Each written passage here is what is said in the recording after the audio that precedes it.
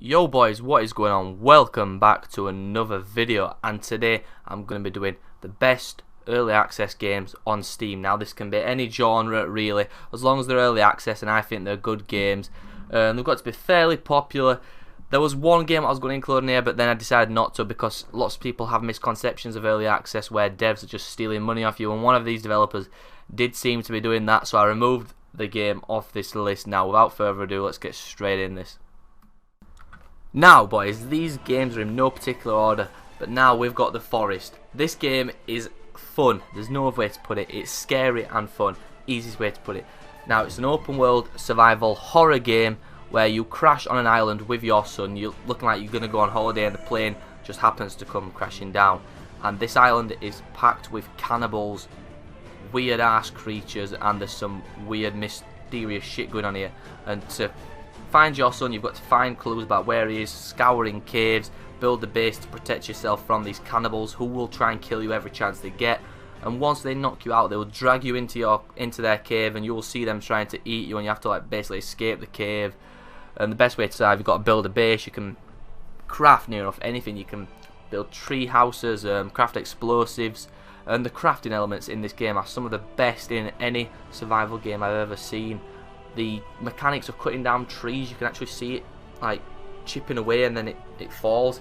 You feel like shouting timber every single time, and you can only carry 2 logs at once, which makes for a really interesting game because you've got to find a way to get these back to your base without being killed by the cannibals. And it does also include a co-op mode where if you can get 1 or 2 of your friends to play, you're going to have a hell of a time. You'll be able to build some crazy bases. You can mount heads on spikes. You can get samurai swords. It is one of the most gory games ever. You can cut these fuckers in half and drag their bodies and then rip the legs off and eat them.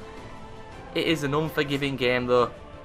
If you do not save, you're going to have to start back from where you died, and it is really hard game. But if you like Outlast or any horror games like that, you will love this, especially with the inclusion of the world being fully open world, being able to craft where you want, and there actually being a story in an open world survival game. There's not many open world survival games where there's actually a story, especially ones in early access, and this game for £10 is a fucking steal. Now in place number 2, I've got a game that a lot of you were expecting, Ark Survival Evolved.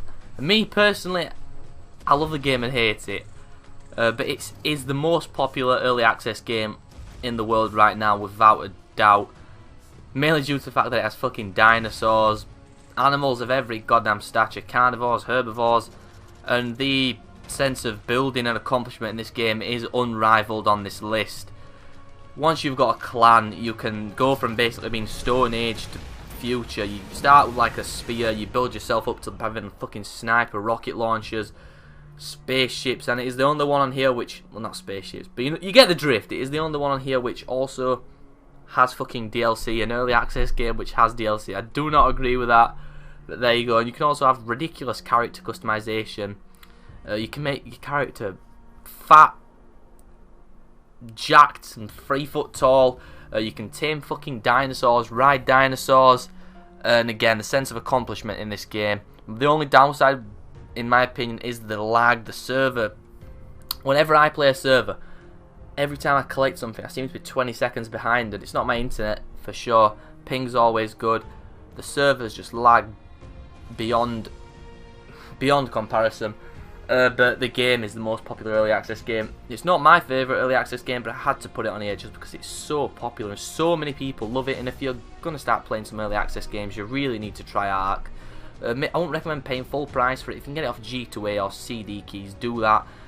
You won't be disappointed if you pay like £10 for it, but I won't recommend paying anything more than like 15. If you pay more than that, you might be disappointed if you aren't the biggest fan of dinosaurs. I personally bought this game just because I've been wanting a dinosaur game for so fucking long, but I'm just absolutely trash at Ark. I'm going to be honest with you guys, I am trash at Ark. Now let's get on to the next game on this list.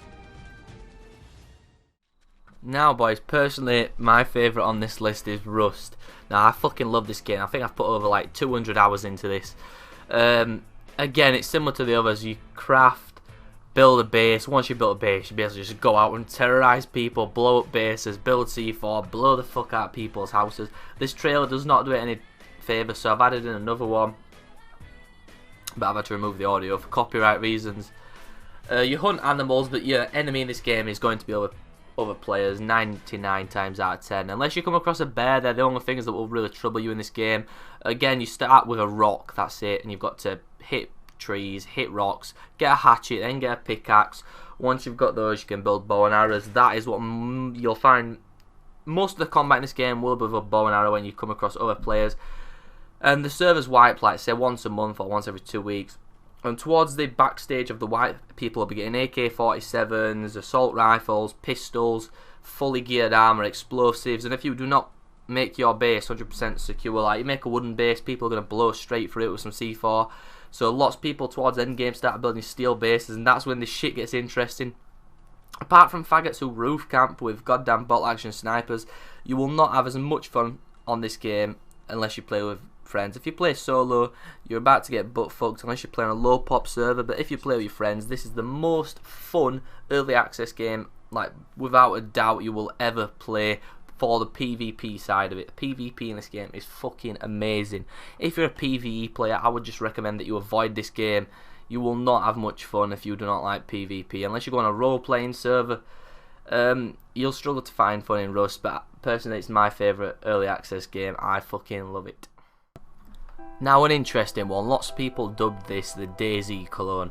Me personally, I looked at it from a different perspective. This is the most beautiful early access game apart from Ark, set in an apocalyptic world. This game is miscreated.